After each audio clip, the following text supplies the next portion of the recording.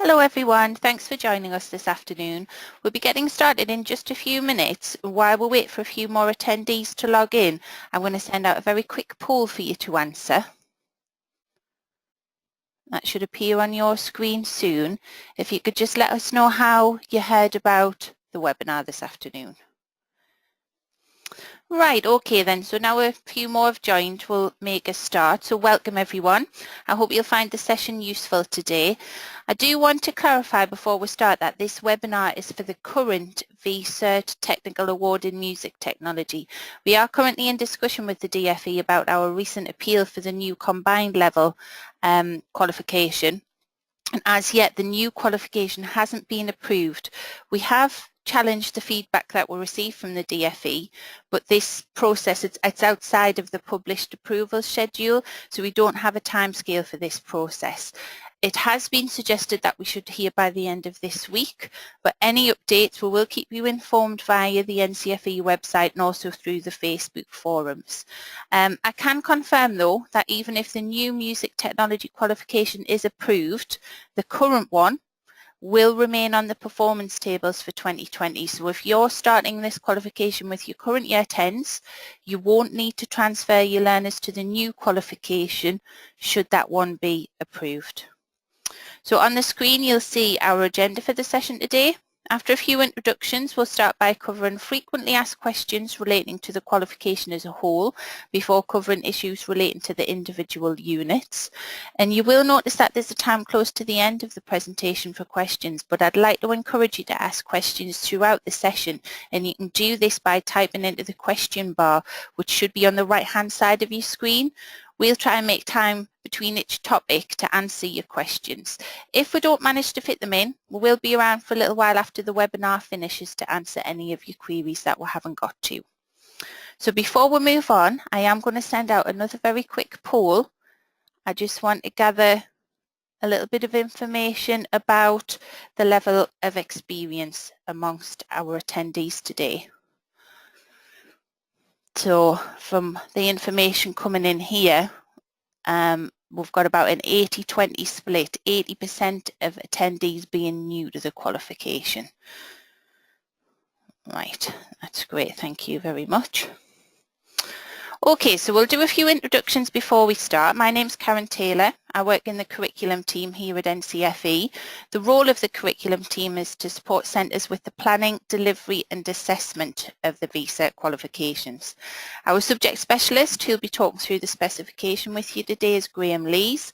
Graham's a subject specialist and is the lead external quality assurer or EQA for music technology, and he's accessing the webinar remotely this afternoon. Now we do have a lot to get through, so I'm going to pass you over to Graham now, who's going to start by talking through the overall qualification. Hello Graham. Hi there, hello all, thanks for coming in. Hope you can all hear me. Thank you for attending this webinar.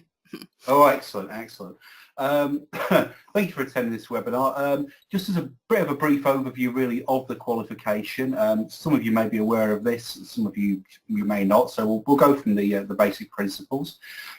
The quals, because the level 1 and 2 are distinct qualifications, are aimed at 14 to 16 learners with an interest in music technology. The learners might not be, in inverted commas, traditional musicians, but the qualification aims to develop aural discernment and creative musical skills alongside technical knowledge. So learners with a music performance background will engage well with this course, as will learners with an interest in production and technology. So it's a kind of fairly broad spectrum of learners we're looking at from that point of view.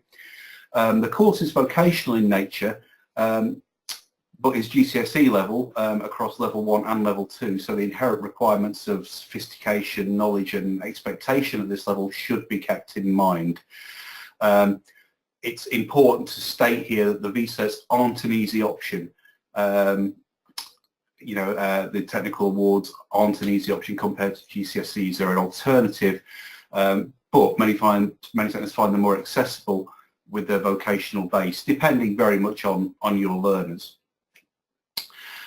We'll talk more about course structure and look in detail at content in a moment, but it's worth noting that the course content was developed via a panel of teachers, writers, and also people actively working in the industry to give us wide an overview and set of skills to allow learners to progress with confidence. So it's a nice wide course in terms of music technology. The units were chosen very much with the areas in which learners are likely to encounter further study and professional work in mind, and with the logistics of delivery within your centres in mind also. And we'll talk a little bit about equipment as we go along for anyone who's got any questions about that. The specifications have been designed so that level 1 and level 2 learners can be taught in the same class. That was an important thing we thought about when designing the two qualifications. The content is largely the same, with a few more technical aspects which level 1 learners would not be expected to demonstrate understanding of compared to the level 2. But the outcome itself is largely differentiated by assessment rather than content. So you can teach level 1 and 2 to the same class in parallel is the idea. As Karen said, if you have got any questions, just please do put them up for us and we'll attempt to get to them. So what I'd like to look at now is the resources required to deliver the qualification. So the equipment requirement is in place to ensure that learners can cover all learning outcomes and to ensure that they're familiar with basic equipment required to be a music technologist. Obviously, the subject that we're all interested in, as you'll be aware, that the line between pro, semi-pro and hobbyist and professional equipment really has narrowed and continues to narrow over time. NCFE don't promote particular brands of hardware or software, but your EQA will be happy to talk through any questions you have regarding the equipment in relation to coverage of the spec. You know, we're generally only too pleased to talk about music tech with interested folk.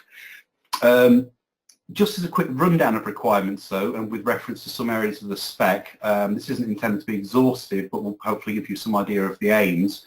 What we'd be expecting to see, an audio interface, at minimum audio output for each learner workstation. I'd also recommend headphones for each learner. It may get very noisy otherwise. The headphones don't have to be high spec, but I would suggest investing in some pairs if learners don't have their own that cover available bandwidth and aren't too fatiguing to listen to. With regard to other audio interface features, I'd suggest that the interfaces, if possible, should include mic and line inputs. Phantom power on the mic input would be useful to power condenser mics and useful in learners' understanding of that. An instrument level input would negate the need for a DI box in some circumstances too. Otherwise a DI box would be a useful acquisition also. Computers, this obviously really comes down to choice of operating system. I've personally only seen centres running OS X and Windows for this qual, but I'm sure you could run an alternative operating system if you were feeling particularly adventurous. Obviously the OS to some extent governs the software that you might run. Again, the qual was written to allow most DAW software to be used, but there are some caveats to that, mostly to ensure that learners come away from the qualification with an appropriate level of skill and knowledge. So I would suggest that as a minimum, DAW software should be audio and MIDI capable, should be able to run effects and dynamics plugins, should allow for run and editing of sampler and synth-based instrument plugins, which is fairly important and can be overlooked a little bit in the spec, as it turns up in several units and in the external assessment, which we'll talk about later on. And it should allow for the bounce down of stereo audio into CD quality and MP3 stereo audio. So basic stuff, but with some level of sophistication in terms of plugins and editing there. Recommendations for that, generally the more up to date the better. Clearly music technology is a subject that evolves all the time. So for example, when this spec was developed a couple of years ago, pitch correction and flex time was not nearly as sophisticated or widespread as it is now. Keeping an eye on kind of available software developments is useful. Ideally the software should be able to send MIDI out. This is where some of the more sort of cut down software tends to fall over. There's no requirement for learners to send MIDI out to hardware, but given the rise of hardware in the real world and the spec requirement to know about MIDI tracks as opposed to software instrument tracks, it makes sense to be able to demonstrate that from the software. In terms of controllers, I'd suggest a keyboard controller per workstation as the minimum requirement, and that they should include pitch bend and mod wheels.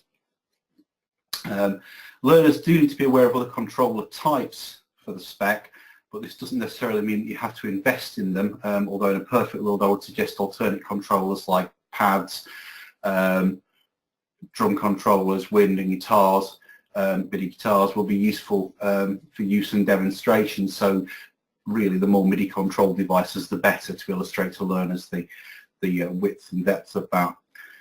In terms of mics, these are a requirement at the very least for Unit 3, which focuses on sound recording, but obviously will be useful elsewhere in other units. I would suggest a range of dynamic and condenser mics would cover the requirement. Based on my experiences as a teacher, it's a balance between good quality, price and hardiness. As mentioned before, I'd also suggest having access to at least one DI box, either an active or a passive one. The qualification is structured around 4 units, each with a focus on a particular area of knowledge and skills.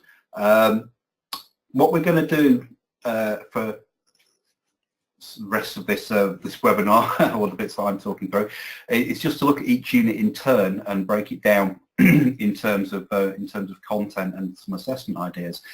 So, as I say, the qualification is structured around 4 units, each with a particular flavour and area to look at. There will be a chance for questions as we go along, as we mentioned, so please do feel free to ask. There are 2 assessment elements, internal and external. So in GCSE money, if you like, a coursework and exam model from a GCSE perspective. The first element is internal assessment. The 4 units are assessed internally by yourselves as teachers and are then moderated by a visiting EQA, external quality assurer, who you'll be assigned to. Each unit involves multiple learning outcomes, 3 learning outcomes in units 1, 2 and 4, and 4 learning outcomes in unit 3, which we'll touch upon as we go through those. The learners must complete each of the learning outcomes to finalise the unit. Each learning outcome is graded and an overall unit grade is derived from these grades.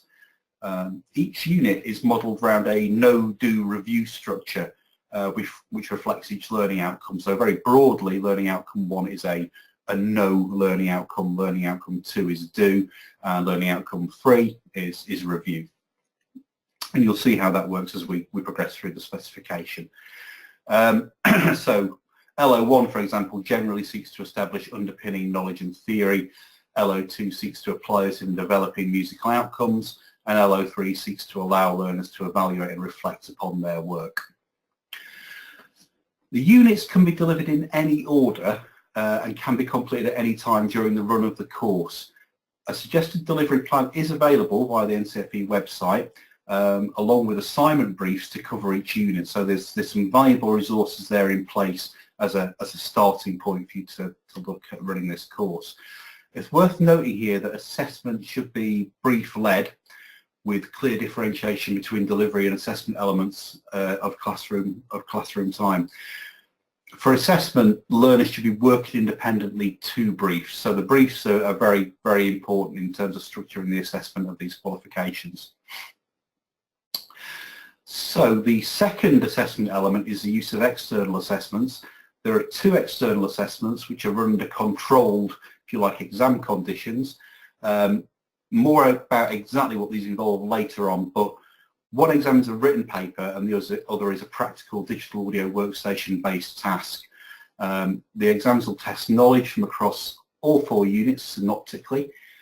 The external assessments are run twice a year, so it's important to note that learners have a potential resit opportunity for both papers. It's strongly suggested that a resit opportunity should be built into course planning as well. So that's a very broad overview of the qualification. Lovely. So what I'd like to do now is start looking at Unit 1.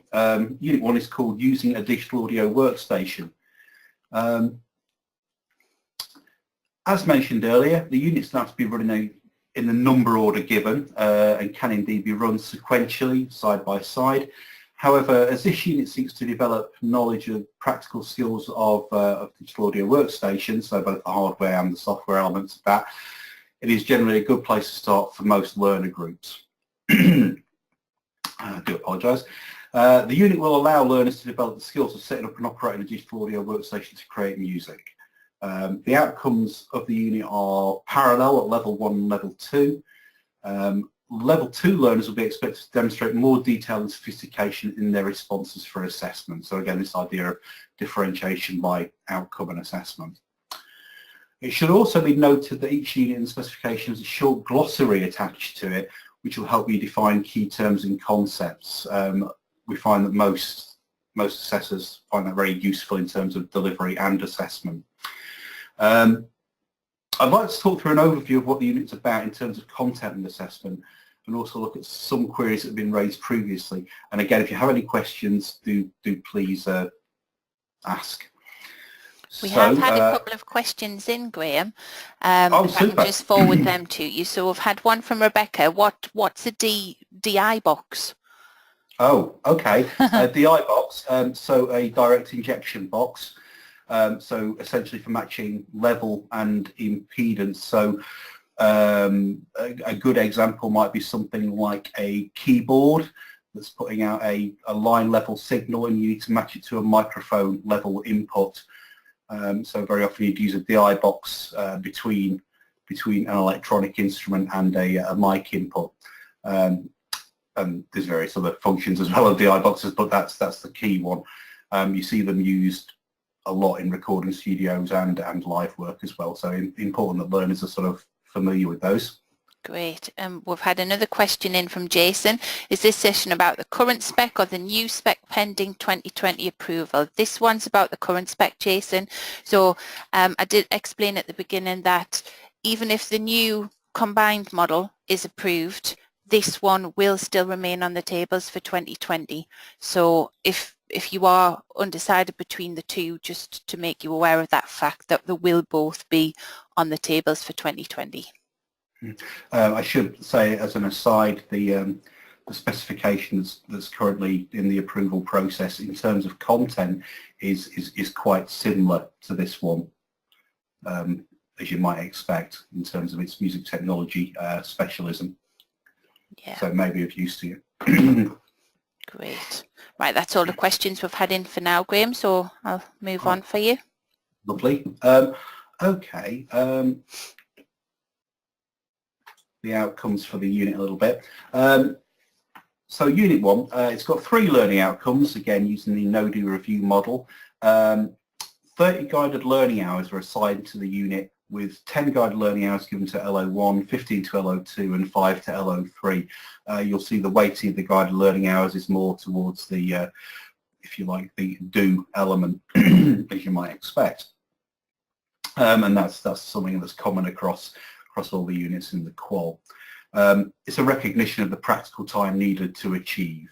Obviously, guided learning hours are to some extent flexible, but they are built into the qualification as an idea of what the expectation is.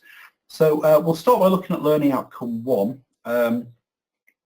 If any of you have access to the specification at this point, you may want to reference it. If not, please don't worry, but you can possibly reference this later on. In Learning Outcome 1, learners will know about the hardware and software requirements of a digital audio workstation. So Level 2 learners are expected to demonstrate understanding of these areas to achieve, while Level 1 learners should be able to outline features and requirements, so a kind of a basic differentiation between the levels there. Through delivery, learners should know about how software and hardware works together and the basic elements of a digital audio workstation. Obviously, this is a core skill in the way that the majority of people work in the current industry as music technologists, and as such forms the basis of the unit. The core skills also span the other units in the qualification in terms of using digital audio workstation to create, record and mix music and understand sound creation. We will talk about an assignment that could be used to assess this learning outcome in a moment, just so you get an idea of how the assignment structure works against assessment. The areas of content listed within the specification should all be addressed through assessment. That's a key point to notice. When something is in the specification, full coverage is expected unless clearly stated otherwise. So for example, where EEGs are used, the content is exemplification. Where content is stated, it should be included in the learner's work for assessment. All learners should be aware of hardware peripherals. For the purposes of the specification, the peripherals are exemplified to include hard drives, USB devices, and audio output devices, including speakers and headphones. At level 2, learners should be able to recognise both keyboard and alternate MIDI controllers. So coming back to our discussion about MIDI controllers earlier on. This is increasingly relevant at this level as alternate MIDI controllers such as MIDI guitars, percussion pads, and even iPads become more accessible, and I think we'll see that trend continue in the next few years as more and more control devices come onto the market. At level 1, learners should be able to understand the function of a controller keyboard, as this is the most common MIDI input device that learners are likely to encounter. Level 2 learners should be familiar with both audio and MIDI interfaces.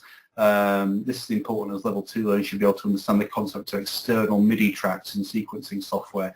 Once again, it's becoming increasingly relevant as we see the rise of hardware synths, samplers and drum machines becoming ever more accessible in the professional and amateur world of music technology. So lots of big companies out there putting hardware out again. Level 2 learners should be able to recognise the need to send MIDI out of the box alongside software instruments and audio tracks, whilst level 1 learners should know the difference between software instruments and audio tracks. So you kind of, if you like, your 3 basic track types within most sequencing software. Learners should understand basic types of software instruments found within digital audio workstations. Particularly, learners should know the difference between samplers and synths. The basic knowledge for that will also underpin some content in Unit 4, so again, key stuff. MIDI and audio editing tools should be explored, so it's important to deliver this unit using a digital audio workstation that's capable of audio and MIDI editing. The specifications give examples of editing tools. You'll notice that the examples are more sophisticated at level 2. So learners should be able to cover basic copy-paste, quantize, trimming and automation, for example. In terms of level, you'll notice that a level 2 specification asks for learners, for example, to be aware of more automation possibilities. So, for example, automating software instrument parameters, whereas in level 1 there perhaps isn't that level of sophistication. It's likely that more sophisticated audio editing will become available during the lifetime of the specification. So where possible, learners should be equipped with the most up-to-date knowledge. So again, as always, good practice, if there's something useful and engaging to deliver and it's not in the spec, then obviously deliver if possible.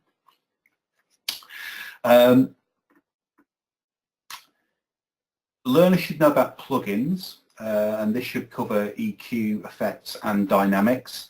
It would probably be useful at this stage, for example, to introduce compression and gating, as that will certainly feed into Unit 3.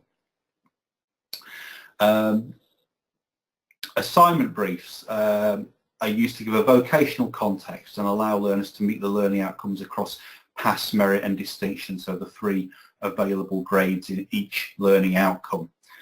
For LO1, example of a brief, and again these exemplar briefs are available on the website for your reference and for free.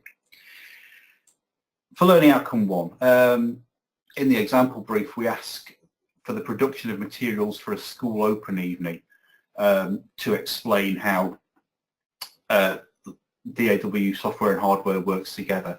The scenario, though, is very flexible. It could be changed to meet the needs and interests of your learners. So, for example, learners could be asked to design a home workspace for a client, explaining the hardware requirements and software functions. Learners are asked to describe how each of the hardware components works together and what each of the software functions are used for. So learners will be expected to relate this to unit content which you have delivered previously. Within the exemplar brief. If you take a look at it, learners have been given specific bullet points within the brief to address required content headings, which is good assessment design in terms of getting the learners to provide the evidence required. Learners have been given the opportunity to select the most appropriate form of evidence, and again, the flexibility of evidence is important here, to allow learners to create an individual response to a brief. So the learners in this example may perhaps choose a presentation, a report with annotated diagrams, screen grabs, perhaps a recording or a screencast, or even a poster. So there are lots of opportunities for learners to do lots of differentiated evidence to meet these briefs. So, for example, learners could approach this task by creating a written piece of work which shows how a digital audio workstation is set up and explores software functions, or perhaps by producing a video recording or screencast which talks through the hardware setup and software functions. Learners can also, of course, choose to use multiple evidence types. So, for example, a presentation that incorporates screencasts to hit the learning outcome. Super. Just moving on to learning outcome 2, learners will use their knowledge of the digital audio workstation to create a musical project. The project should use audio and MIDI and be between 2 and 3 minutes long. Level 2, learners are expected to create musical elements using audio and MIDI. So, for example, a composition which relies solely on pre-existing audio and MIDI loops would not necessarily achieve. Learners are expected to work independently in creating their piece and provide evidence of the process also. At level 1, learners may create a piece using existing musical sources, so for example, loops or samples, perhaps even loops and samples embedded in the software itself. A brief which allows learners to explore the use of tools and functions of a DAW to create a piece should be used to meet learning outcome 2. Also, learning outcome 2 and learning outcome 3 could be combined into one brief which asks the learners to create a piece of music and subsequently review the completed project. So again, learning outcomes can be tied together within briefs to suit the needs of assessment and your learners. An interesting thing to note here is that learners could choose to meet learning outcome 2 by creating a piece of music which could also be used to provide evidence for Unit 2, LO2, or Unit 4, LO2. This should be reflected in the design of the brief. Unit 2 and Unit 4 require learners to create their own original compositional work to meet those LOs. But for Unit 1, the creation of original audio and MIDI material is a stipulation in terms of the learners creating recording and in terms of the learners undertaking recording and programming, but there's no stipulation for Unit 1 that the song or the piece of music that they create has to be an original composition. So you could ask learners to create, for example, a cover version or remix to meet LO2 in this unit. But to cross over into LO2 for Unit 2 and Unit 4, we'd be looking at original compositional work. To meet learning outcome 3, learners should review their project. This could be undertaken summatively or could take the form of an ongoing log. So again, according to how the learners might approach a review, it could be a summative reflective evaluation or it could be an ongoing evaluation. As before, to meet these LOs, the evidence formats can be modified to meet the interests and skills of learners as well as assessment design. So for example, an alternate assessment may ask the learner to produce a screencast tutorial showing development of the piece, which learners tend to engage well with, or for the learner to produce a video which reviews the completed piece and demonstrates where and how techniques were used. It's important to note that if this work is used to evidence creation of music in other units, for example Unit 2 or Unit 4, the requirements of all units must be satisfied to achieve. So if you are going to combine units, the message there is that you need to plan the assessment very, very clearly behind it. I don't know if anyone has any questions on Unit 1. Yes, we do have a few that have come in. So, Mark's asked, will we be discussing a breakdown of the new proposed qualification during the webinar, or is it only discussing the current qualification? This one's only the current one, Mark. Should we get approval for the new qualification, we will be doing a webinar for that one. But at the minute, this is just for the current qualification. Felicity's asked, the music for Unit 2 can be used in Unit 1 to show the process of using the DAW. Yeah, that's yeah. It does. That's completely correct. Yeah. So as I was just saying, that's a really good question. The composition for LO2 of Unit 2 can be used to show process in LO2 of Unit 1. Right, I'm just scrolling up the page here. We've had loads of questions. So, hi, is this a dual qual? I.e. learners who don't gain a level 2 can be awarded a level 1, and that's from Jeremy. Do you want to explain that one, Graham? I can do. It's not a dual qual. This is two separate quals, a level 1 qual and a level 2 qual. However, they, as I mentioned quite early on, they can be running parallel because the content is very, very similar. The idea is that as teachers, you may wish to assess where best your learners are going to achieve between level 1 and level 2 and register them for the qualification which allows them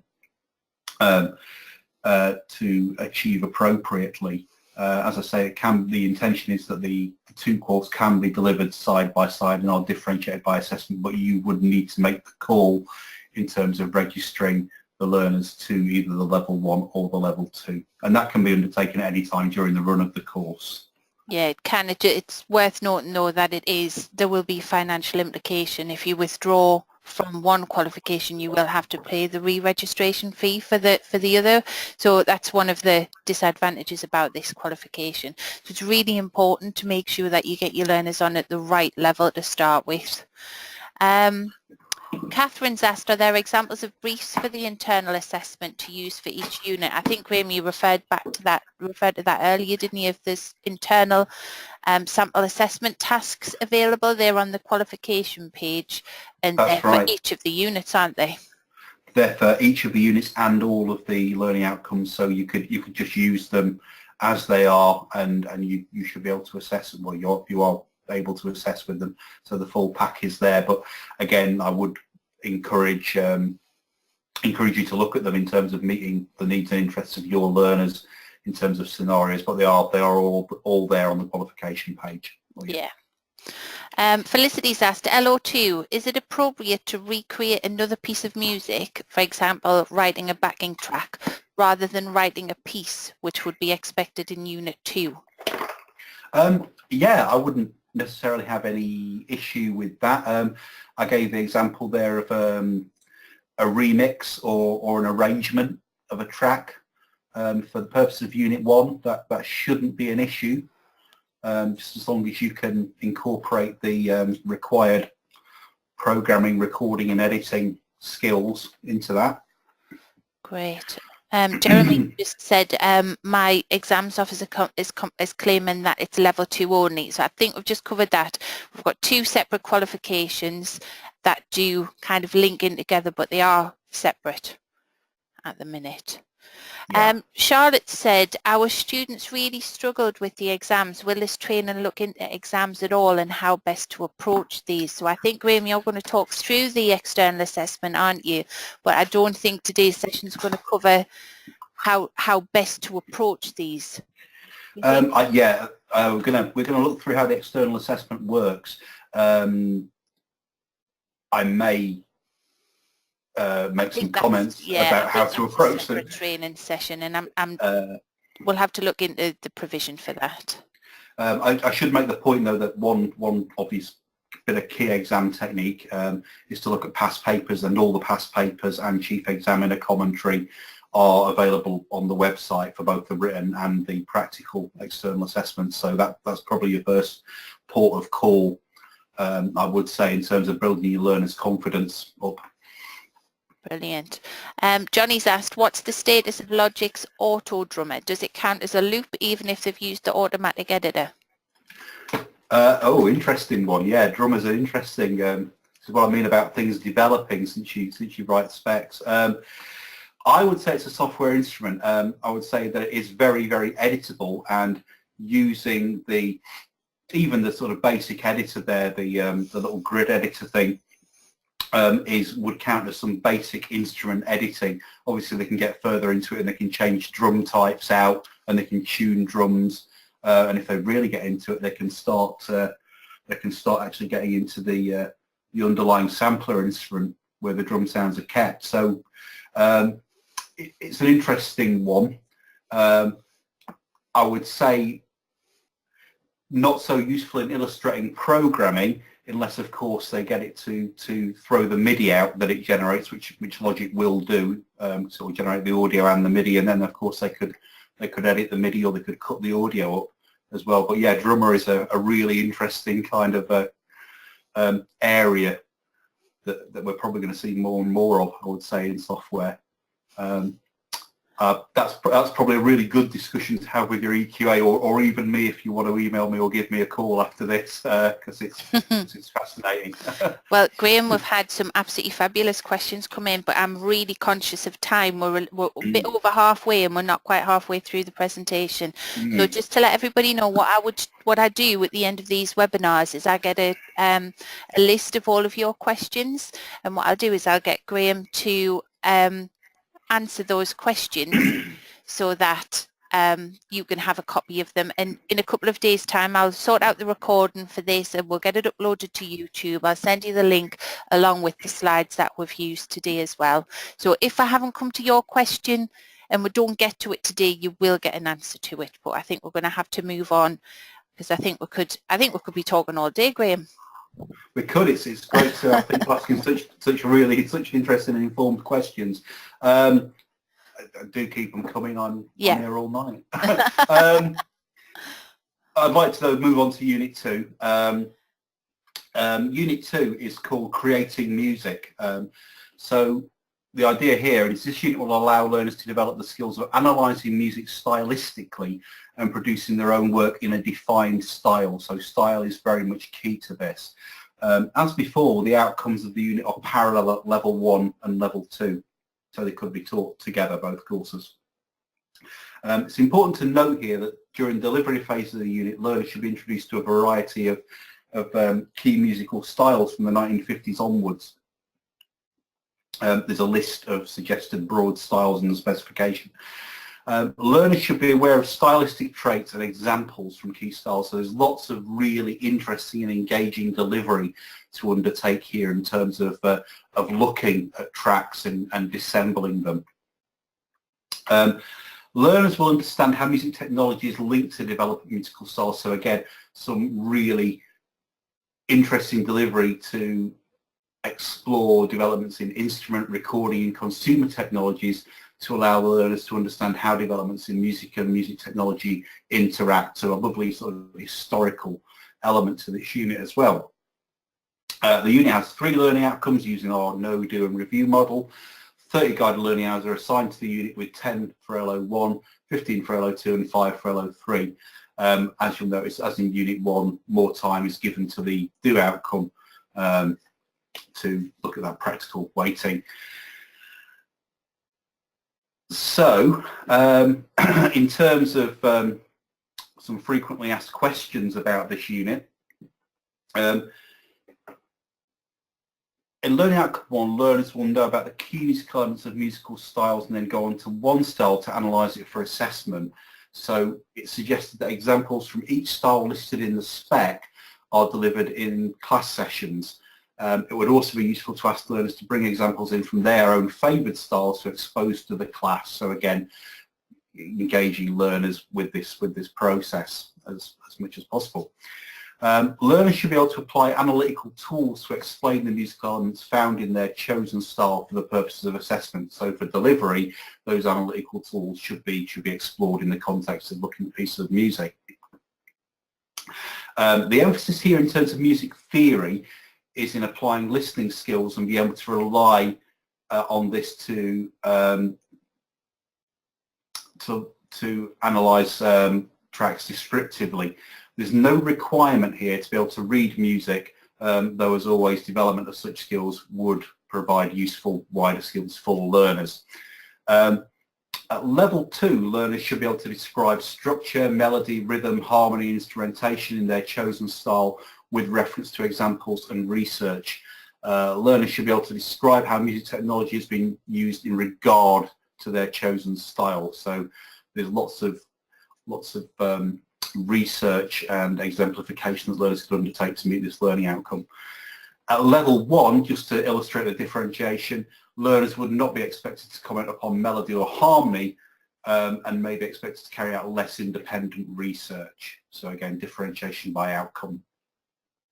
In the creative studies specification, which some of you may be familiar with, the in inverted commas VCERT specification, the compositional focus was upon dance music, and in this, learners could still focus on dance music if they choose.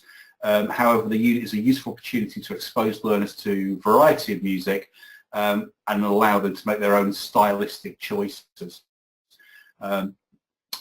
Ways that you might assess this, the use of a blog format, for example, will allow us to embed audio and video examples to aid their explanations. So a blog might be useful here. As before, though, other evidence could be used. Could be a class presentation, for example. The learning outcome requires the learners to research using a variety of sources. It should be noted here that the learner is required to reference sources as one would expect, both academically and professionally. An important thing to notice in terms of style here, please note that the styles suggested in the scenario are wide enough to allow for meaningful description. Description of a very narrow subgenre might be useful and possibly quite interesting for a learner, but learners should be made aware that all elements should be covered to achieve the learning outcome. So choice of style to analyse is important here. You should also note that learners be expected to carry the description and the analysis of a style through into creation of their own work for LO2. So learners should be mindful in terms of being realistically capable of reproducing stylistic features for some styles.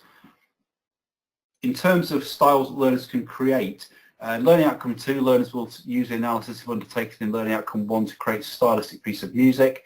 The idea is to allow learners to apply their evaluation of a style to create a piece which recognisably sits within that style. It's suggested that learners should be encouraged to choose their own style, perhaps from a given list and perhaps by negotiation, perhaps from a list within the assignment brief even. You may notice that the parameters for the finished piece are similar to the requirements for musical projects in Unit 2, Unit 1, LO2, as someone very keenly asked the question about a bit earlier on. So these LOs could be easily linked by an appropriate brief. Learners are expected at both Level 1 and Level 2 to be able to provide evidence of the process used in creating the piece. And the evidence for that can be presented in a variety of ways, so as to allow the most suitable format for individual learners. So, for example, screencasts, written works, screen grabs, etc. In LO3, learners will review the piece they've created with reference to the use of musical elements and the use of digital audio workstation technology. So learners should consider strengths, weaknesses and ways to improve. At Level 1, the review will be expected to be more simple and focus on success or otherwise of the outcome rather than process. As an example for Unit 2, LO2 and LO3 could be bound together in the same brief as a kind of ongoing reflection, or they could be kept separately. I don't know if anyone's got any questions about Unit 2. Yes, we do have quite a few in, so I'll just have a look on here now. Are there any useful guides or textbooks that analyse dance and modern music? So that's from Felicity. She wants to identify effects in general, but not always specific effects. For example, an echo is easy to spot, but so much technology is used, I find it difficult to describe it all correctly. interesting. It would be my knowledge of set text, I have to say, is perhaps a couple of years out of date, so I wouldn't wish to name in this webinar any texts or particular authors, although I would say that various journals and magazines that are out there are probably a useful way into that in terms of analysing production and so on and so forth. There's a whole range of textbooks out there that seeks to sort of analyse EDM fairly widely. And again, lots of kind of video resources as well, which learners engage really well with. It would be great if anyone who's in the virtual room here had any particular suggestions for that. I was just going to say, we need a networking event where people can share good practice. I know there's a Facebook group, but I appreciate not everybody's on Facebook. That's one thing that we are looking into. I was just talking with you before the webinar, wasn't I, Graham, about getting some schools to run networking events. So we'll keep you up to date about that.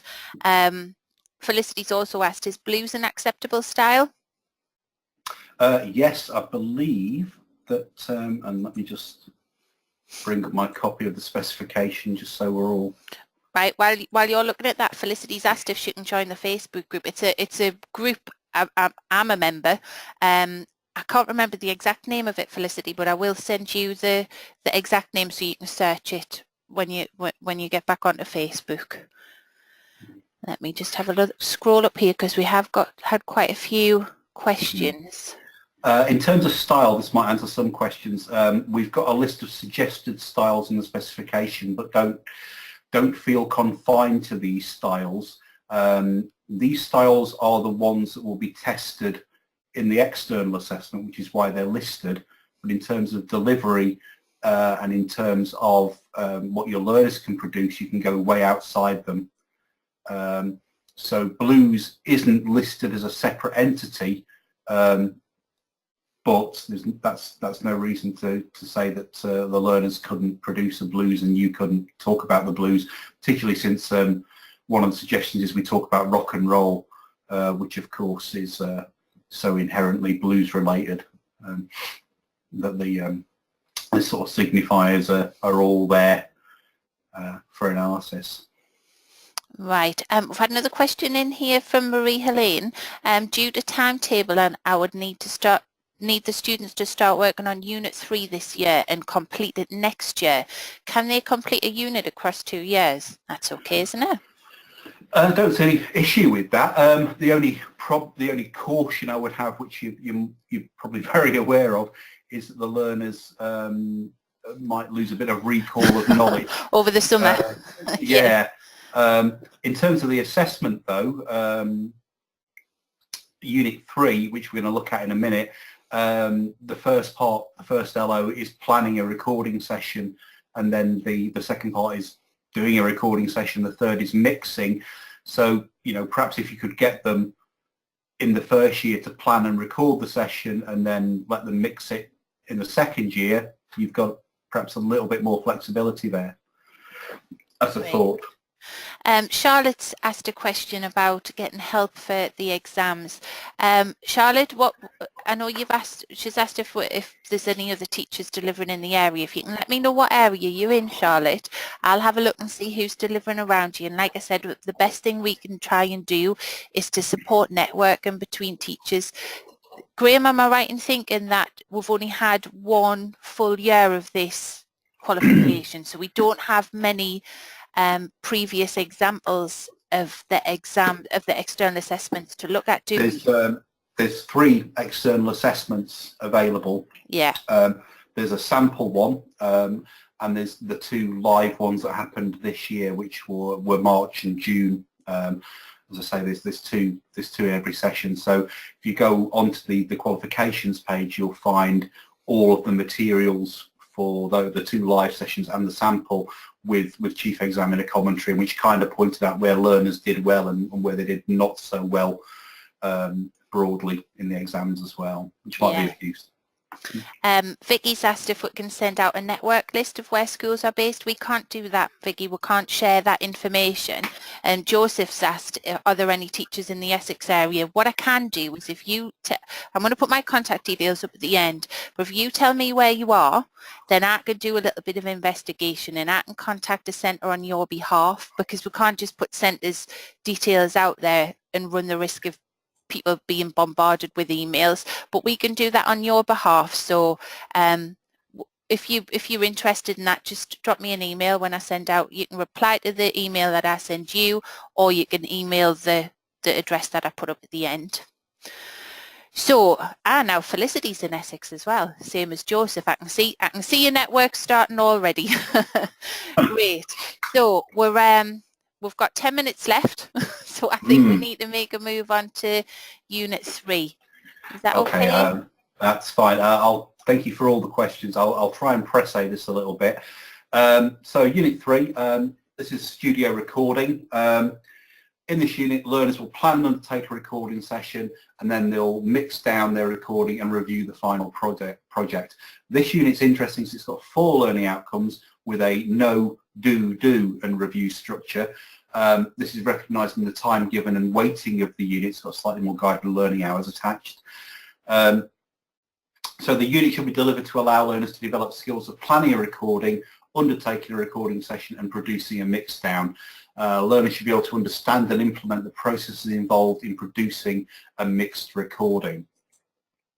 So some FAQs. Do we have to have a full studio space? We'll come to that in a moment. So in LO1, learners should plan a recording session which will then undertake in LO2. The session should allow learners to create a multi-track recording of at least 4 tracks, including overdubs. So that's an important thing. There's got to be capability for overdubs there with a 4-track minimum. In terms of equipment, learners should be familiar with a multi-track recorder, which can of course be a DAW such as Logic, Pro Tools, Cubase, etc. Other DAWs are available. Learners should be able to use an audio interface to capture recordings and be able to use appropriate microphones and DI. So coming back to, sorry, I forgot who asked the question about DIs, but DIs are something that need to be used for this unit. Suggested that learners should have access to both condenser and dynamic mics. Learners should be able to set up monitoring for themselves and performers during the session. The plan should include technical details of the equipment required as well as the logistics of handling the session. So in terms of the environment, ideally, obviously, the learner should have access to a purpose-designed recording studio. However, it's appreciated that not all centres will have this resource available. Therefore, the recording session should be planned with the available resources in mind, both in terms of space and the ensemble to be recorded. So, for example, without the use of a live room, recording a full drum kit might be a bit difficult. So the nature of the recording performance should match what can be feasibly achieved. The recording could be undertaken using a portable system, so for example a laptop and a suitable audio interface. And actually this might provide more opportunities for interest in detailed planning of the session. So don't feel intimidated if you haven't got a studio space. It's just about finding routes to allow learners to use equipment appropriately to make the recordings. So the learners will be able to plan a session based on the resources available, so as a minimum a working space and a selection of microphones would be desirable. Again, learners should work to a vocational scenario when they come to the assessment, so recording a demo for a local band, say, although this again could be amended to meet the reflect the needs and interests of the learners in your centre.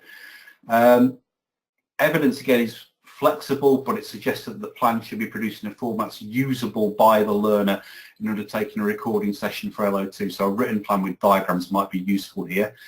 In LO2, learners should undertake the recording session if planned. They should be able to show they've applied health and safety measures to ensure a safe session and use equipment to capture a recording. Learners may work in groups to undertake the session. So all learners in the group should have opportunity to create independent work and show that they've used equipment to capture a recording. It's suggested that learners work in small groups, so say 4 and 5, to ensure inclusivity and manageability there. The session should be in line with the planning in LO1 and should follow through. The learners should be able to produce audio and process evidence for the session. It's important to note here that at this stage the audio that they produce will be in unmixed form, so it will be a multi-track and a stereo bounce for evidence purposes. Process evidence can be written or video or a combination of both, and it would be useful to encourage learners to produce video evidence independently which shows their activities during the session. Okay, so looking at mixing, in this learning outcome, learners should mix down the multi-track they're recording they've captured in LO2. The mix down should be undertaken individually as opposed to the potential for group work in LO2. It's likely that learners may work on the mix at individual workstations, perhaps with access to studio space for a final mixing session. At level 2, learners should demonstrate use of the listed techniques. At level 1, learners, for example, don't need to use automation, so there's a little bit of differentiation of content, but not a vast amount there. Learners should be encouraged to make use of reference material for monitoring and, where possible, listen to mixers on different systems as we would professionally. The intention of LO4 is for the learner to review the progression from recording to mixing and comment on future improvements. As elsewhere, grading is differentiated by outcome. So that's a very broad overview of Unit 3. I don't know if we've got any questions on that. I'm just conscious of the time here. Yeah, we have had quite a few more questions. I'll just pull them up on my screen here. What we'll do, if this is all right with you, Graham, we can just go on recording. I do appreciate that people have other commitments. So if you do have to leave the session at 5 o'clock, that's fine. I'll carry on recording, and I will send you a copy of the recording or a link to the recording anyway. And like I said before, if we haven't got to your question, don't worry, we will be answering it, but it might just be that you get a typed up response rather than us answering it now. So Felicity's just asked, pupils can work in groups to clarify on the actual recording but mix down individually. Yes, I would suggest that would be the best way of handling this. That we've built the proviso for group work into LO2. It's something that we built in very consciously in terms of resources available within recording sessions. The caveat to that is that learners must, even while they're working in groups, still undertake all elements suggested in the specification and must fully partake in the session, so they can't be kind of hiding at the back while the session's going on. But it does allow you to get the learners to work in groups to put a session together. Yeah, we've had another question. We've got 2 Felicities today. Super. Yeah. I was getting confused. So other Felicities asked, how are the guided hours split over the 3 objectives? Am I right in thinking that's just up to centres, isn't it? Well, we've got suggestions, and in this unit is actually there's 4 learning outcomes. Right. I'll tell you actually. Learning outcome 1 is actually 5 hours. So learning outcome 1 is creating the plan for the session. That's 5 hours. Learning outcome 2 is, I believe, 10 hours. So that's the recording session. And you'll notice this unit has 40 guided learning hours rather than 30. As I mentioned, it's slightly more heavily weighted. So learning outcome 2, the actual session, 10 hours. Learning outcome 3, which is mixing, is been assigned 20 hours, and learning outcome 4, which is the review element, is assigned 5 hours within the specification. Obviously, there is flexibility within the guided learning hours. They don't have to be slavishly observed, but they are there to give an idea. As a guide, yeah. As a guide, yeah. Great. Johnny's asked, would a stereo pair mic groups count as 1 track even though it's 2 or more channels? For example, recording a piano counts as 1 or 2 tracks. A 4 mic drum recording is only 1 track or 4. So, interesting. We say 4 tracks. I would say if there's a stereo pair there, that's 2 tracks because the learners potentially have to process it independently. what I would be keen to point out is that the recording shouldn't just be a live stereo pair. There's got to be some overdub in there as well. There's always we're not in the business here of sort of setting traps in terms of tracks, but equally we want to ensure that learners are getting the best experience from this. So in answer to your question, I would say a stereo pair is 2 tracks by definition. Great. Marie-Helene's asked as well, is there exemplar assessment materials from teachers to look at? She'd like to see how will the teachers mark LO 1, 2, 3 and 4 for each unit. That's not something that we have available at the minute, but I know my colleague and I are looking at doing more, like I said earlier, more networking events, standardisation events. So anything that we do develop, we know that there's a need there. Anything that we do develop, we will keep you informed, and that'll be via our website, or I'll post updates on the Facebook forum as well. Right, I think I've caught most of them for now. So shall we move on to Unit 4 then, Graham? Yeah, super. So if we look at Unit 4 is an interesting one. It's called Sound Creation. It's quite wide in its scope. In this unit, learners will look at different forms of media, such as video games, adverts, movies and theatre, and understand how sounds are used in those forms of media.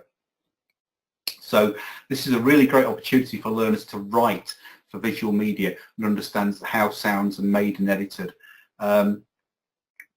It's suggested that for this unit, a useful approach would be to import video files into a digital audio workstation so that learners can work in sync in terms of creating projects. We'll come to that in a moment. In delivery, and this is an important kind of strand of delivery, learners should be exposed to a variety of media. You should explore the use of diegetic and non-diegetic sound, for example, in various formats to give learners the best experience. So just to look at the breakdown of this LO by LO, in LO1, learners should analyse at least 2 pieces of media to demonstrate knowledge of different types and methods of sound creation. So prior to this, learners should be exposed to examples and asked to consider how types and methods of sound creation are used in each form of the media listed, so video games, movies, TV adverts, radio broadcasts, podcasts, animations, theatre, as listed in the spec. The chosen media should allow learners to be able to comment on the types and methods of sound creation listed in the spec. So types of sound creation might include Foley, ambience, underscore, voiceovers, dialogue, special spot effects, and methods might include physical props, environmental sounds, synthesis, sampling, effects libraries. So that's the kind of coverage of the content of the specification that you've got to consider. The intention of LO1 is to allow learners to develop knowledge of sound creation so they can apply it to their own work in LO2. There's a glossary in the unit which defines the types and methods for the purposes of assessment. Again, there's an exemplar brief which sets this task in context, where the learner is asked to work as a sound designer and look at the analysis of a couple of different forms of media. In Learning Outcome 2, the learner should plan and carry out sound creation for the project. Again, this could go across to LO2 of Unit 1 if you desire as well.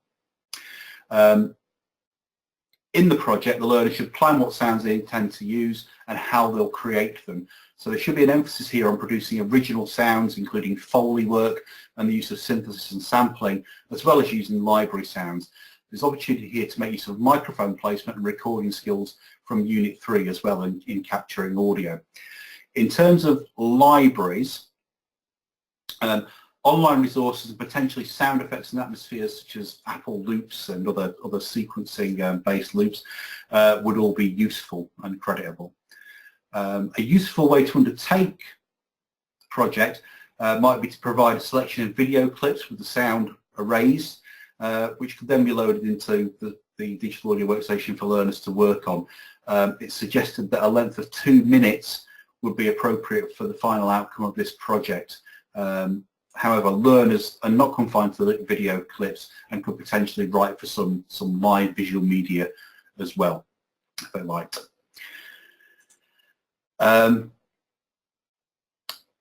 In terms of learners creating their own sounds, learners should be able to use physical props, synthesis and sampling as well as effects libraries. There might be opportunity for learners to record others as Foley performers also, and perhaps even to build their own libraries of sounds as a useful delivery activity. In terms of synthesis, learners should be introduced to the creation of sounds via software instruments, particularly with reference to subtractive synthesis, which again ties into Unit 1.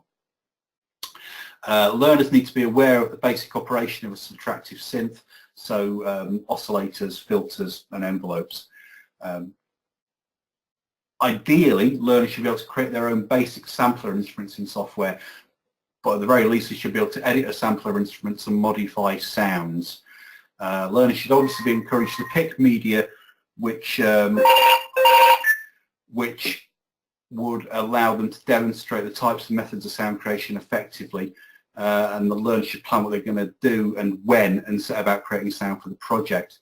The learner has to submit the finished project, so in the case of the example brief, a movie clip with the sound they have created rendered to it. Learners aren't graded on the visual outcome, but how well the sounds are created in context is important. And in LO3, learners will go on to review their project with a view to suggesting ways in which future practice could be improved. The evidence requirement is again flexible to suit your learners. For example, learners could produce a written report, or they might choose to produce a director's cut style commentary upon the project. This brings us to the end of our discussion of unit content. I hope it's been useful. It's certainly generated some questions, which is great, and given you some ideas about delivery and assessment of the qualification.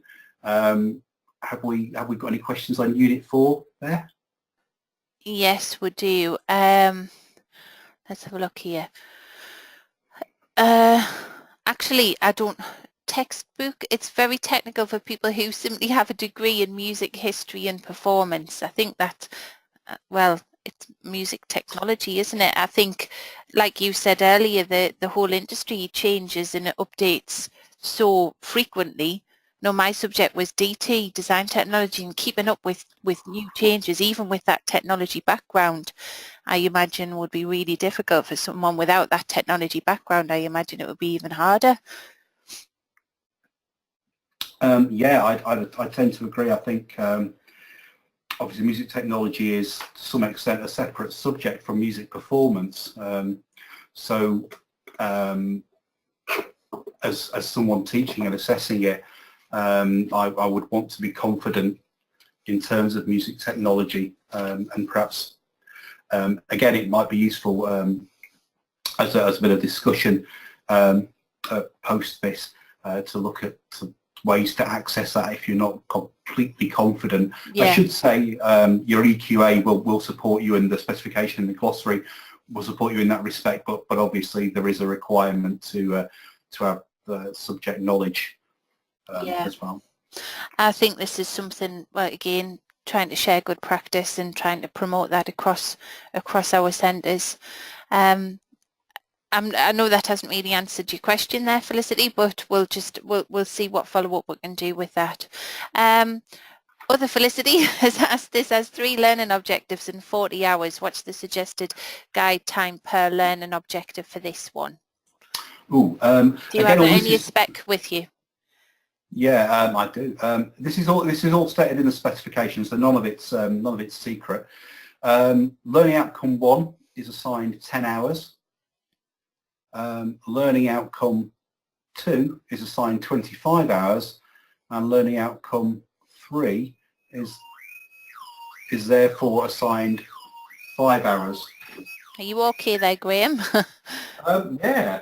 Sounded like an alarm going off in the background. Yeah, something a little odd bit happening there. Sorry, so just come back to that. Learning outcome 3, 5 hours. Right, yeah. That's great. Right, okay then, so shall we move on to the external assessment? Yes, please. So what I'd like to do is just talk through the external assessment broadly. As mentioned very early on, which you may recall, External assessment is via 2 controlled assessments which are available 2 times a year. So both external assessments are available twice a year. Both of the assessments test content from the 4 units which have been delivered internally, so there's no new material for the learners to learn for the purpose of external assessment. The external assessments are about allowing learners to show understanding of how music technology is applied theoretically and practically based on all the delivery that you've done with them already. The external assessments are weighted at 50% of the total score for learners in calculating the qualification outcome. As mentioned earlier, all previous external assessment papers, including mark schemes and chief examiner reports, are available to download from the NCFE website, along with resources for the qualifications. It's important to note here, and this will come back to someone's question earlier on, that the external assessments span both level 1 and level 2. So all learners, regardless of whether they're on the level 1 or the level 2 qualification, undertake the same external assessment. I'd like to talk in a little detail about what each external assessment involves, and again be happy to take any questions at the end of this this section. I'd like to look at the written external assessment first of all. This assessment is a written paper based on questions asked of the learner. NCFE will send out the paper and short audio examples which the learners will need to answer some of the questions. The learners will therefore require a playback device and headphones, and they can listen to the audio that's been supplied as many times as they like, so it's not a kind of one-shot example. It's important to note here that learners should not have internet access or access to notes for this assessment. It must take place in invigilated and controlled conditions. A regulations document is available on the website which explains exactly how the assessments should be run in those terms. The assessment is 2 hours long and involves a variety of different types of questions including multiple choice, short answer questions and a longer essay response within the paper. There are approximately 25 to 30 questions, varies a little bit per paper, 25 to 30 questions and 60 marks are available for this paper in each session. The written paper is weighted at 15% of the overall qualification. So the paper tests content across all 4 units. So it suggests that learners can look at past examples during delivery and as preparation for the external assessment. So again, good revision practice to look at past papers. When the paper is completed, it's sent back to NCFE and is marked by a team of examiners. The examiners are independent of your EQA, so your EQA has no part in marking completed exam papers. Moving on to the practical, again, the external assessment is 2 hours long and the practical is weighted at 35% of the overall qualification. In the practical assessment, learners are given a task-based paper and is supplied with audio and MIDI files from NCFE as a download. The paper is split into 4 sections. The first section asks learners to import material and correctly select preferences, so for example tempo setting, audio output and sounds, and to import the files given. So learners are asked to provide evidence through written work and screenshots as well as ongoing practical. In section 2, learners are asked to edit the given material based on instructions in the paper, so this might involve, for example, removing and copying audio, finding and correcting faults, etc. Learners present work screenshots and a stereo audio mix for this section, so a kind of rough edit mix. In section 3, learners develop the material by creating their own sounds and musical parts. So for example, learners may be asked to create a new synth patch, they might be asked to create a melody, bass line, solo or rhythm part. As in section 2, at the end of this section, learners are expected to provide evidence through written work, screenshots and a mix down. In the final section, section 4, learners work to produce their own creative mix. Some tasks are specified, so for example, learners might be asked to create a specific fade-in using automation or a fade-out, but there is opportunity for learners to demonstrate creative use of mixing skills with effects, dynamics, balance and panning, and learners are asked to produce a final mix along with written and screenshot evidence. So like the written paper, the learner's work is sent back to NCFE and marked by a team of examiners. Right, that's great. Thanks, Have we got any questions on the external assessment? I think we've had a couple, but I'm going to quickly go over my part of the external assessment from a quality assurance point of view. So, as Graham's just explained, the Muisc technology external assessment is made up of 2 different papers, your practical and your written. These need to be done under timed external assessment conditions, and they need to be invigilated in accordance with the regulations for conduct of external assessment. So you'll see that's noted on this page here. When you get a copy of this PowerPoint, these documents that I'm referring to here are hyperlinked, so you should be able to find these straight away using your PowerPoint here. So although NCFE have recently joined JCQ, we're currently in the process of aligning with their processes. So as I mentioned, you will have to follow our regulations to make sure that you administer the assessment correctly. We also have a document called the Qualification Specific Instructions for Delivery, which is a bit of a mouthful, so we call it the QSID. But this document contains information relating to specific qualifications. So for the music technology qualification, there's information about how audio files will be provided from NCFE and how evidence can be submitted and in which format. So it's a really useful document for you to refer to. With regards to the external assessment, there are 2 points that centres ask us about frequently. The first one, what to do if my learners need reasonable adjustments. So our reasonable adjustment policy, which is linked on this slide for you as well, gives you all the information that you'll need to ensure that your learners can access the assessment fairly within their usual way of working. Some adjustments are centre delegated and others have to be applied for, so check the guidance document for the breakdown. The timescales are really important as well, as we do need time to process any requests, so you need to make sure that you get these in plenty of time. We do accept JCQ authorization, so attach this to the request, which will speed up the process for you. The second point regarding a learner not attending, as long as the learner hasn't seen the paper, then this won't count as an attempt, and they'll still have 2 remaining opportunities to sit the external assessment if that was their first attempt. So when you enter the learner again, you will be charged a resit fee to cover administration costs. If the learner attends the external assessment but leaves or doesn't write anything, then that is classed as an attempt, so that they would only have 1 further opportunity. So like I said, all of these documents that I've referred to in this section, they're available on the policies and regulations page of our website, but you can access them via these hyperlinks. So any more questions? I'm just going to have a look at this pane here. Will we be given examples of practical exam responses? I don't think we've got any examples of the exam responses, have we, Graham? It's just what's put in the examiner's report. Yeah, my understanding is that, that generally exam responses aren't published by NCFE. No, that would be the same as, well, any other qualification. I can understand why you would find it useful, but it's not, we wouldn't publish model answers, really.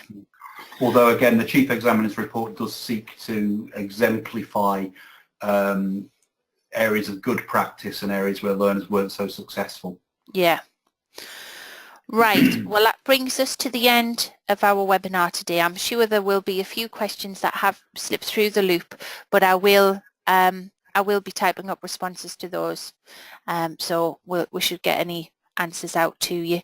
So on the screen are our contact details. If you've got any further questions, please don't hesitate to get in touch, and like I said earlier, you will get a copy of this and a follow-up email in the next couple of days.